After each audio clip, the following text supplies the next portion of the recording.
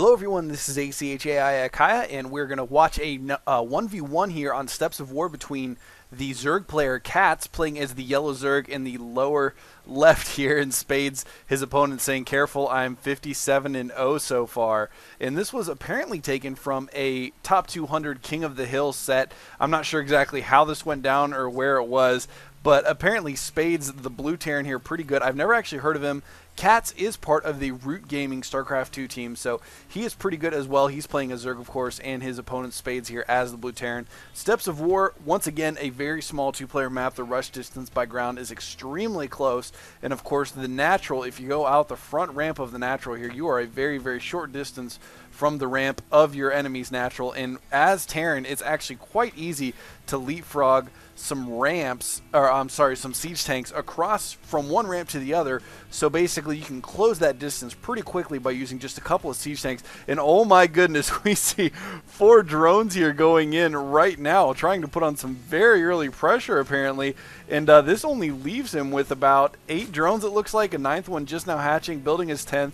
It only leaves about 10 drones back mining at his base right now. The supply depot is up and he is getting the refinery, but there is no barracks, and Spades is apparently crapping his pants right now.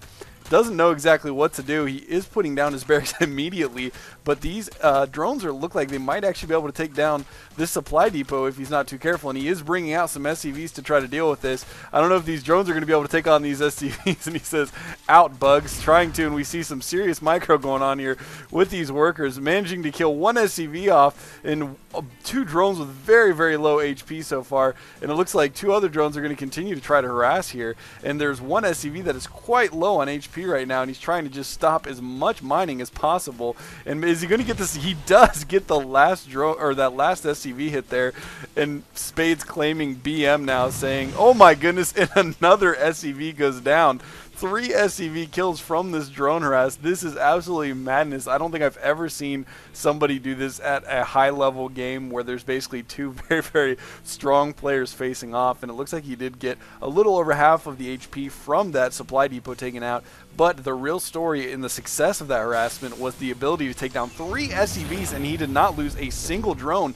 Meanwhile, back at his base, he did get up a hatchery, and also his spawning pool is down now. So his hatchery about halfway done, and it looks like Spades may be forced to do some very quick retaliation here in order to catch himself back up. If we take a look at the income tab here right now, we can see that there is a 2 harvester advantage currently for CatZ as the yellow Zerg. However, he does not have any gas yet, so as you can see, there is about 100 for gas right now on Spades, and there is nothing for CatZ as of yet, although it looks like he just got his extractor up and running right now, starting to build some Zerglings, I would imagine, as his spawning pool did just finish. Yes, there are 6 Zerglings building, as well as a queen to get that economic boost, and his hatchery is just about to finish. So CatZ already in a very, very good place right now, and Spades claiming that Zerg is OP.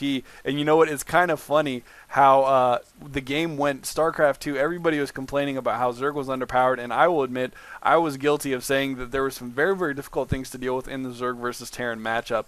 But there has definitely been a switch in the dynamic recently. It seems like a lot more Zerg players are having a ton more success, and I gotta say that part of that is probably due to the 1.2 patch, which gave roaches that little extra range, because that made them much more viable in the Terran versus Zerg matchup, because that little extra range allows them to deal with Reaper harass more effectively. It allows them to deal with Hellion harass more effectively. And then, of course, the slowing of the Reapers by forcing you to build a supply depot before you can build a barracks is also something that has slowed down the Terran Reaper harassment, and, of course, let Zergs basically blind fast expand almost every game. And here comes the first Hellion, going to poke up here, but not going to get a whole lot of damage done with the Queen on the ramp there, and there is a Spine Crawler going down at the entrance. But, of course, another thing that I think really changed the Zerg versus Terran matchup is what we saw from Fruit Dealer in the last GSL. He really showed us that, hey, everybody is playing Zerg wrong right now, and he showed us how Zerg is played properly, and that has actually been a huge, huge change in the Zerg versus Terran game.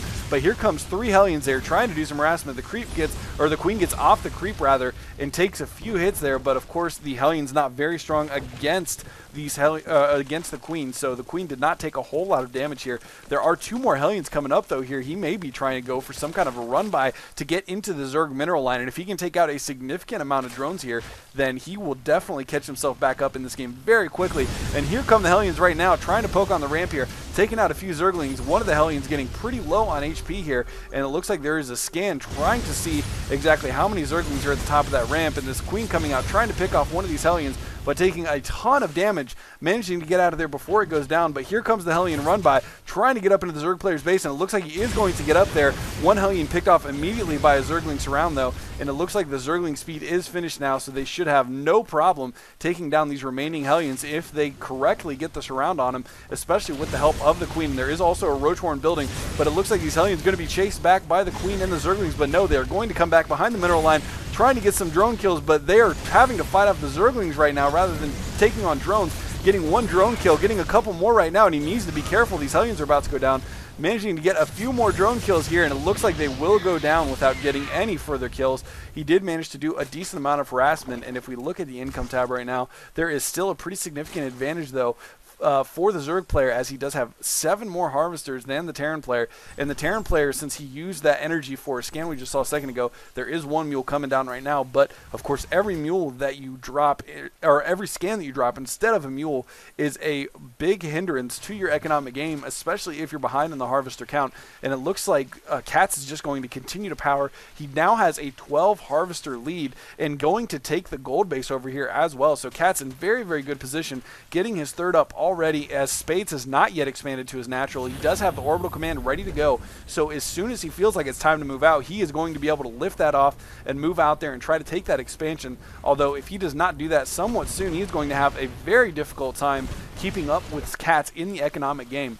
But looking back at CatZ's base, he does have an infestation pit, which means we could see a little bit of infestors mixed in with his roaches and Zerglings, or perhaps he's just going to try to go straight to the hive tech and get himself some Ultralists out on the map. And as we can see, he's continuing to produce roaches on the map. And if we look at the units counting station here, we can see that there are 9 roaches total, along with 7 Zerglings, which is not a huge force, but it's enough to keep him safe for now, since there is only 1 Thor, 1 tank, and 1 Marine out for the Terran player. And it looks like he is continuing to produce roaches to defend in case there's any kind of push, and actually he decides he wants to get aggressive. So CatZ going to send his Zerglings and roaches out to try to attack the Terran player Spades. Spades has a barracks coming out doing some scouting for him, but it looks like he is going to send that back, and apparently CatZ decides better of it since there was that barracks in the middle of the map. He knew that Spades was going to be prepared for whatever he had to do, and it looks like the hatchery at the natural is up and running now and getting a queen there, although CatZ apparently deciding better of it and wants to actually go ahead and push up into the Terran base.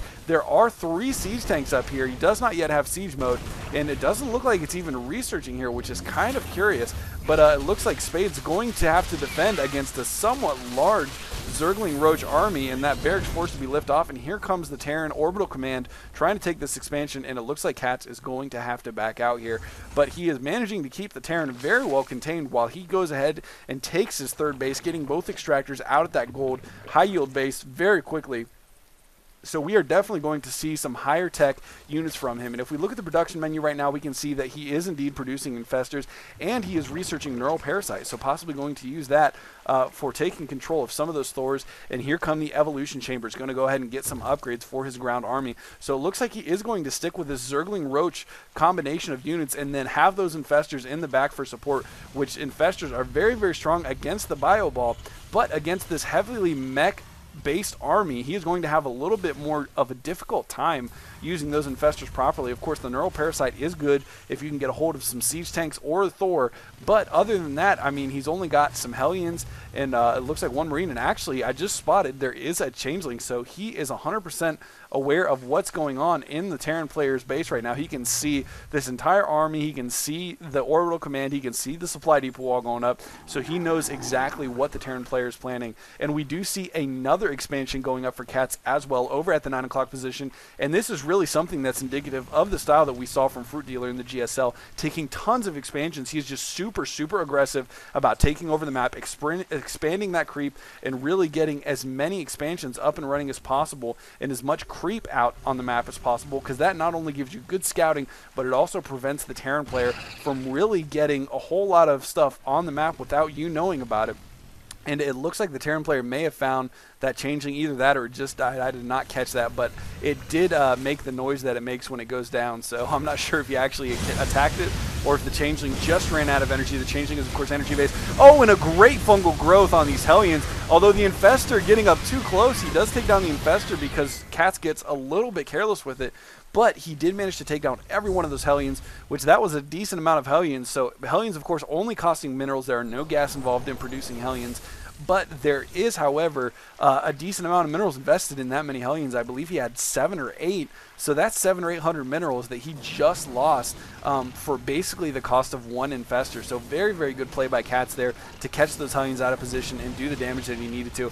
And here comes the Terran army trying to siege up into position, and the Infestor's coming up behind the support of the Roaches and the Zerglings. These Infestors going to Neural Parasite a couple of these siege tanks in the Thor, it looks like, and with the help of the Neural Parasite, it looks like these Roaches are going to be able to take out absolutely everything else that the Terran player has here at the entrance, taking down the Thor, taking down the siege tanks, and the one Neural Parasite on the siege tank remaining wears off, and it looks like that is going to be the end of most of that mech army. And the Zerg player CatZ pushing up into this Terran army right now once again, but it looks like there are plenty of siege tanks to be able to deal with this Zerg threat. As these Roaches move up in here, SCVs come up repairing the tanks that are in play, and it looks like these 2 tanks are going to save the day. But once again, CatZ just controls so much of the map and already taking another base, going for the high yield up at the top right next to our Terran player Spades. So very, very aggressive with the expanding, just like he should be. And we see there are a ton of Speedlings coming out on the map, a couple of Infestors still alive here, and if we look at the production menu once again, upgrades are coming aplenty, and there is a Spire being built right now. He saw that there was very, very little in the number of Thors, and he's going very much siege tech based. So he is definitely going to be able to get some great use out of some Mutalisks. As we look in the Terran player's base here, we can see there are no turrets up at the expansion base at the natural, and there are no turrets up at the main base. And actually looking at his base right now, I don't even see any kind of there's no engineering bay on the map right now, so he's not even going to be able to throw up any last-minute turrets. He's basically going to have to scramble to get as many anti-air units as possible, basically, Marines and Thors, and I don't know if he's going to be able to get enough up quickly to deal with as many Mutalisks. As you can see up at the top here, there are just tons of resources available to CatZ right now because of the large amount of bases that he has, and of course, with that much resources available to you, as soon as that Spire pops, he's going to be able to crank out a ton of mutas, and it looks like the Spire did just finish, so I'm going to keep an eye on the production menu here for a little bit. Yeah, and oh my goodness, 20 Mutalisks being built right now, which is a huge amount of supply. He just jumped from about 130 to 175, so 20 Mutalisks on the way, going to absolutely do some sweet, sweet damage to this Terran army. And as you can see, there is very, very little anti-air here. The engineering bay finally coming up, but I don't know if he's going to be able to get enough turrets up in time to deal with 20 Mutalisks. And if we take a look at the Terran player's view, yeah, he does not see the Spire going up as of yet. He only sees the initial tech buildings and then the first couple of expansions. He has no idea the extent of the Zerg control on this map. And here comes the Mutalisk going to come up here, and Spades immediately GG's, knows that he has absolutely no answer for that many Mutalisks. So anyways, we see that CatZ picking up some very, very good tips from Fruit Dealer, although, like I said, I haven't seen CatZ play a whole lot, so I'm not sure if he played similar to this before Fruit Dealer really showed his style off, but Fruit Dealer's style, very, very indicative of this whole taking over the map, spreading creep all over the place, and really just out-resourcing, out-expanding, and just out-macroing your opponent with the huge amount of expansions that you can take with Zerg if you can force your Terran opponents to turtle. So anyways, thanks for watching this game, guys. I did want to mention we got the Wacky Wednesday coming up, and this is the Nuke Rush Wednesday. So basically the stipulation is that you can't do anything until you've dropped at least one nuke on your opponent, and that is something that I am still accepting replays for. I'm uploading this game tonight, and if you get the replay in by tomorrow, I will make sure that I review it and get it in the mix for possibly considering for the Wacky Wednesday this week. Thanks for watching again, guys. GG.